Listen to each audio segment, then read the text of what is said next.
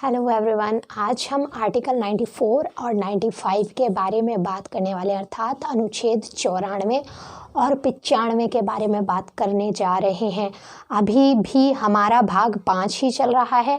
भाग 5 में हमने अध्याय 1 कंप्लीट कर लिया है। अध्याय 1 में थी कार्यपालिका और अध्याय 2 में है संसद। क्या है? संसद। और संसद में हम पर्टिकुलर कौन सा टॉपिक पढ़ रहे हैं? संसद के अधिकारी के बारे में। हमने राज्यसभा के अधिकारियों के बारे में जान लिया। अब हम बात कर रहे हैं लोकसभा के अधिकारियों के बारे में। तो अनुच्छेद 94 और 95 और साथ ही साथ 93 भी, इससे पहले भी एक अनुच्छेद है जो लोकसभा के अधिकारी के बारे में ही है। चलिए आज बात करते हैं। 93 हमने 93 पढ़ लिया है। 94 अर्थात 94 और 95 आर्टिकल के बारे में बात करेंगे।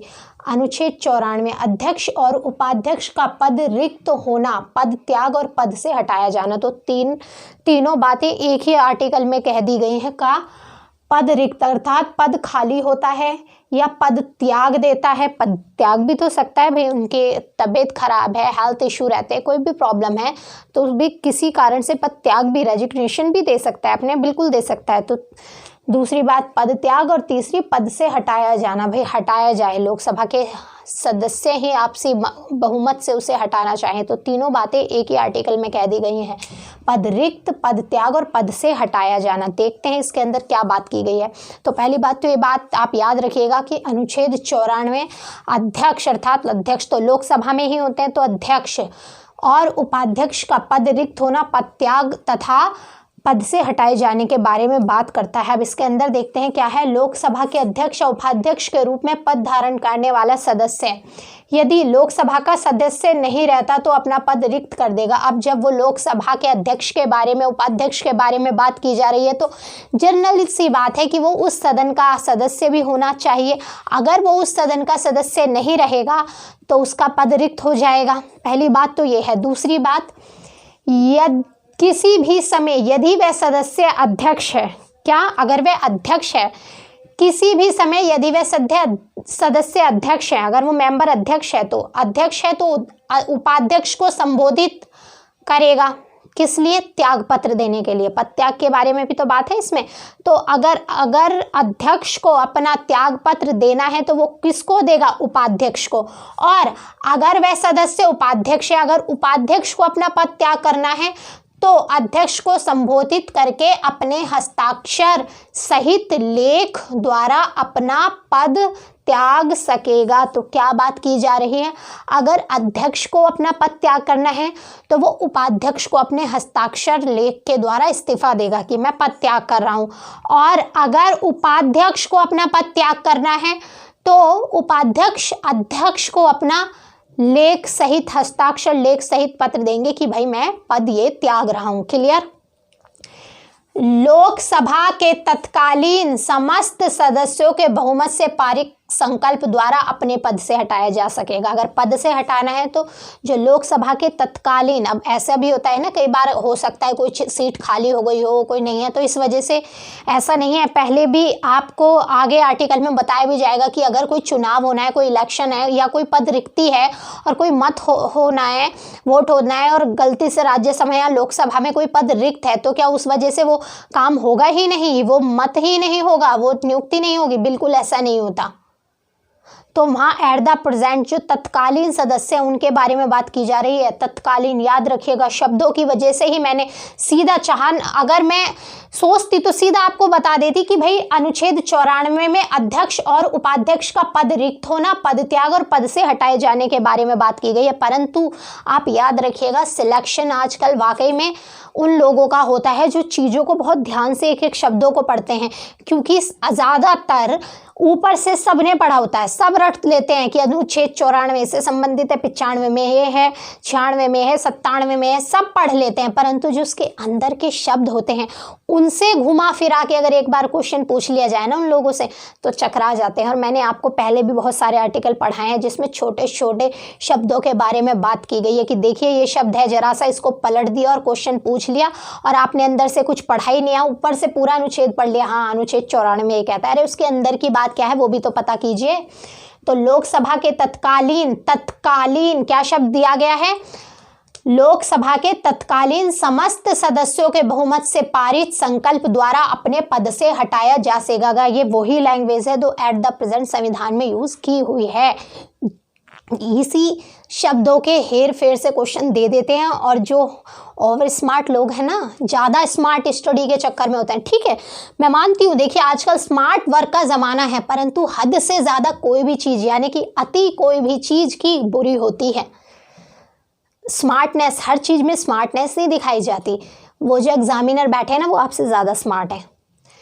लोकसभा के तत्कालीन समस्त सदस्यों के बहुमत से पारित संकल्प द्वारा अपने पद से हटाया जा सकेगा, परंतु कंडीशन क्या है कि अगर किसी को पद से हटाया जाना है तो ये देखिए, परंतु खंडगा, खंडगा क्या है, ये वाला जो अभी हमने पढ़ा, परंतु खंडगा के प्रयोजन के लिए कोई संकल्प तब तक प्रस्तावित नहीं किया जाएगा जब तक कि उस संकल्प को प्रस्तावित करने का आशय कि कम से कम 14 दिन की सूचना ना देगी गई हो। क्या 14 दिन, यहाँ पे कोई ऐसा शब्द नहीं लिखा गया है कि 14 दिन पूर्व या बाद, ऐसा नहीं है, सिर्फ इतना शब्द लिखा है 14 दिन की सूचना ना दे दी गई हो।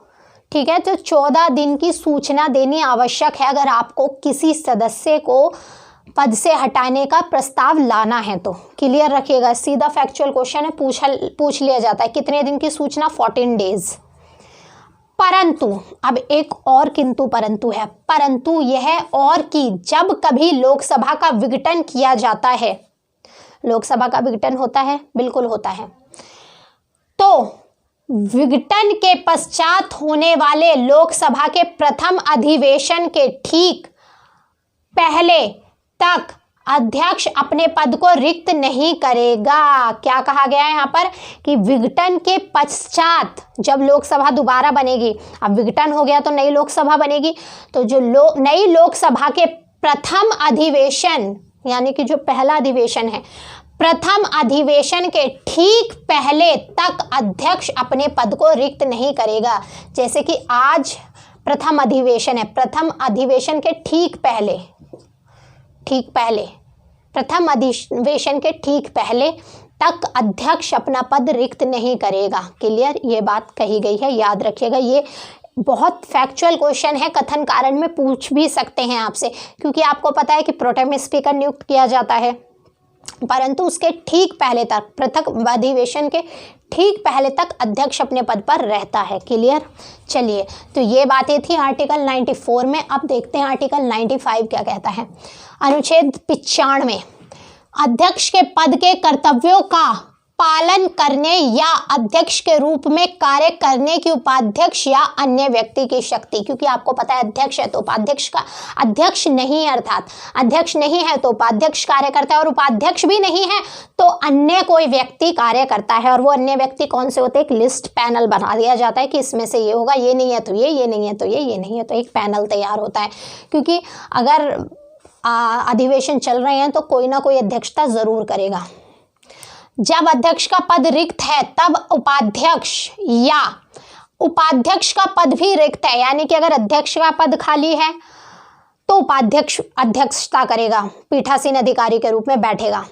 अगर उपाध्यक्ष का भी पद खाली है तब उपाध्यक्ष का पद भी रिक्त है तो लोकसभा का ऐसा सदस्य जिसको राष्ट्रपति इस प्रयोजन के लिए, किस प्रयोजन के लिए भाई, बैठक की अध्यक्षता करने के लिए, प्रयोजन क्या है, बैठक की अध्यक्षता करना, तो ये जिसको राष्ट्रपति इस प्रयोजन के लिए नियुक्त करें उस पद के कर्तव्यों का पालन करेगा।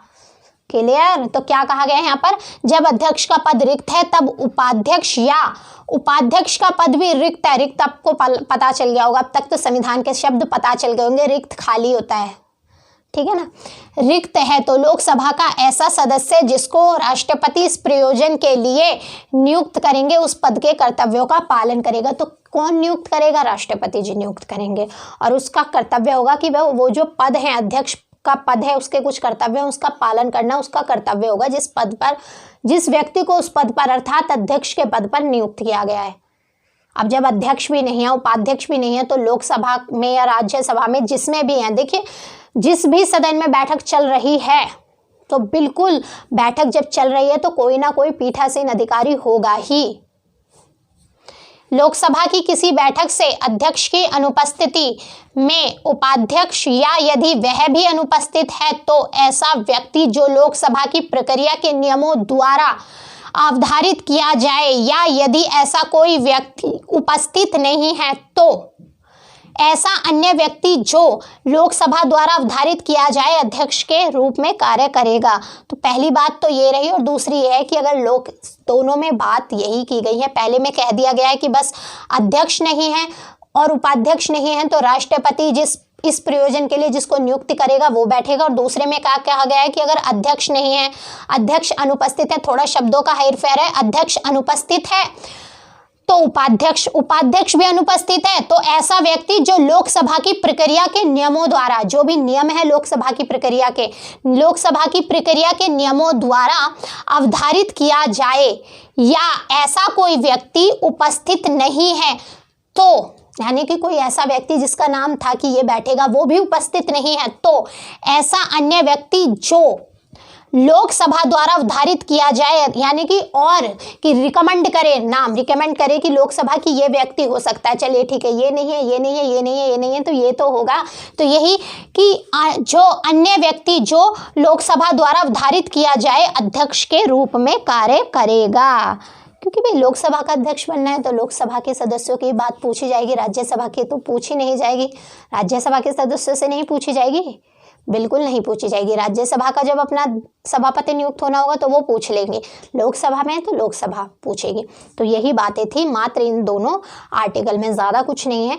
परंतु ये मैंने लिखा पूरे शब्द इसलिए लिखे हैं क्योंकि अगर इनके अंदर के इनके शब्दों से क्वेश्चन घुमा फिरा के पूछ लिए जाते हैं तब बहुत दिक्कत हो जाती है। पढ़ा सब कुछ होता है परंतु ध्यान से नहीं पढ़ा, स्मार्ट स्टडी के चक्कर में ज़्यादा स्मार्टनेस हो गई। चलिए फिर आज के लिए इतना ही रखते हैं, धन्यवाद।